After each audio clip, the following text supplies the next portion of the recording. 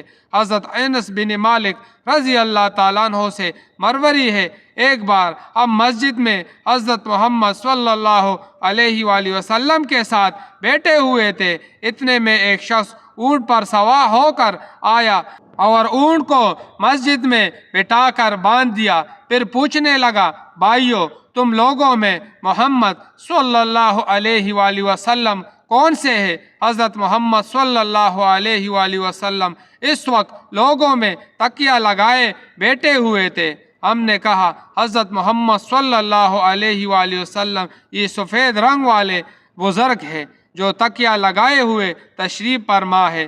تب وہ آپ سے مخاطب ہوا کہ اے عبد المطلب کے فرزند، آپ صلی اللہ علیہ وسلم نے فرمایا، کہو میں آپ کی بات سن رہا ہوں۔ وہ بولا، میں آپ صلی اللہ علیہ وآلہ وسلم سے کچھ دینی باتیں دریافت کرنا چاہتا ہوں اور ذرا سختی سے بھی پوچھوں گا۔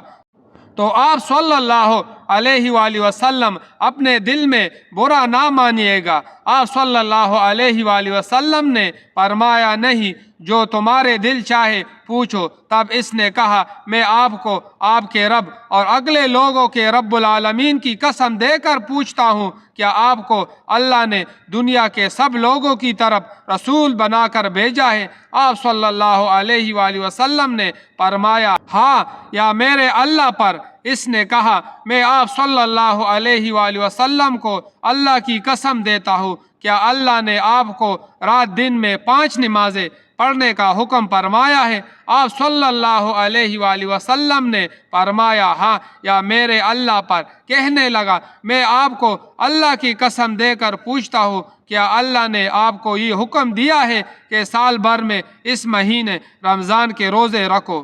آپ صلی اللہ علیہ وآلہ وسلم نے فرمایا، ہاں یا میرے اللہ پر۔ کہنے لگا، میں آپ صلی اللہ علیہ وآلہ وسلم کو اللہ کی قسم دے کر پوچھتا ہوں کہ کیا اللہ نے آپ کو یہ حکم دیا ہے کہ آپ ہم میں سے جو مالدار لوگ ہیں ان سے زکوٰۃ وصول کر کے ہمارے محتاجوں میں بانٹ دیا کرے؟ حضرت محمد صلی اللہ علیہ وآلہ وسلم نے فرمایا، ہاں یا میرے اللہ۔ تب وہ شخص کہنے لگا، جو حکم آپ صلی اللہ علیہ وآلہ وسلم اللہ کے پاس سے لائے ہیں، میں ان پر ایمان لایا اور میں اپنے قوم کے لوگوں کو جو یہاں نہیں آئے ہیں بھیجا ہوا تحقیقی حال کے لیے آیا ہوں۔ میرا نام زمام بن سلمہ ہے، میں بنی سعد بن بکر کے خاندان سے ہوں۔ اس حدیث میں ایک دیہاتی صحابی حضرت زمام بن سلمہ رضی اللہ تعالیٰ عنہ کا واقعہ بیان ہوا ہے۔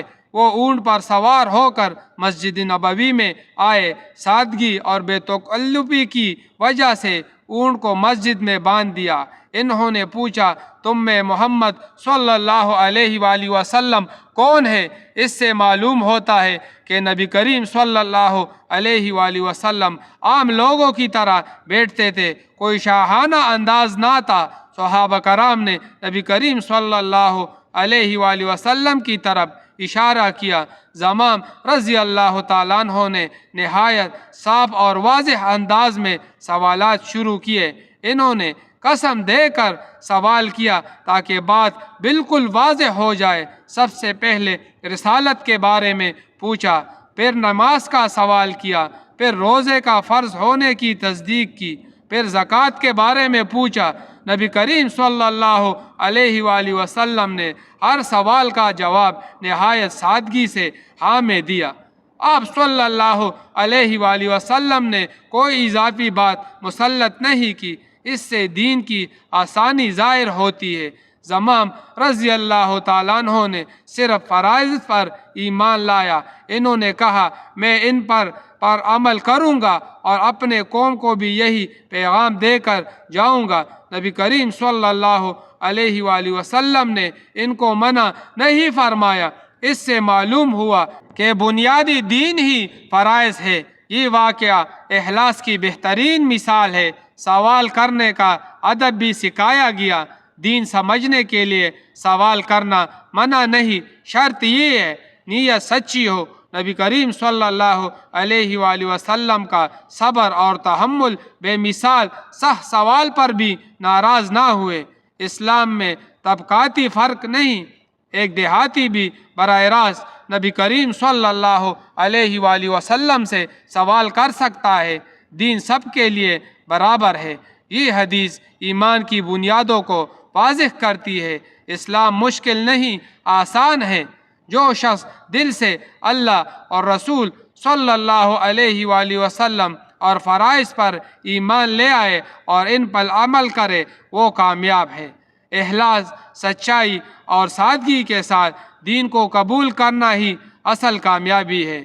اے اللہ، تو ہی ہمارا رب ہے، تیرے سوا کوئی محبوب نہیں۔ ہم دل سے گواہی دیتے ہیں کہ محمد صلی اللہ علیہ وآلہ وسلم تیرے سچے رسول ہیں۔ اے اللہ، جس طرح زمام بن سلبہ رضی اللہ تعالیٰ عنہ سچے دل سے ایمان لائے، ہمیں بھی سچا، مضبوط اور عملی ایمان نصیب فرما۔ اے اللہ، ہمارے نمازیں قبول فرما، ہمارے روزوں میں برکت دے اور ہمارے زکوٰۃ کو ہمارے لیے نجات کا ذریعہ بنا۔ اے اللہ، ہمیں اپنے دین کا اچھا نمائندہ بنا اور ہمارے ذریعے دوسروں کے دلوں کو بھی ہدایت عطا فرما۔ آمین یا رب العالمین۔ محترم ناظرینو، اگر ویڈیو اچھی لگی ہو تو ویڈیو کو لائک کرے، دوستوں میں شیئر کرے اور ہمارے چینل کو سبسکرائب کر دے۔ اگلی ویڈیو تک کے لیے اجازت دیجیے گا۔ اللہ حافظ۔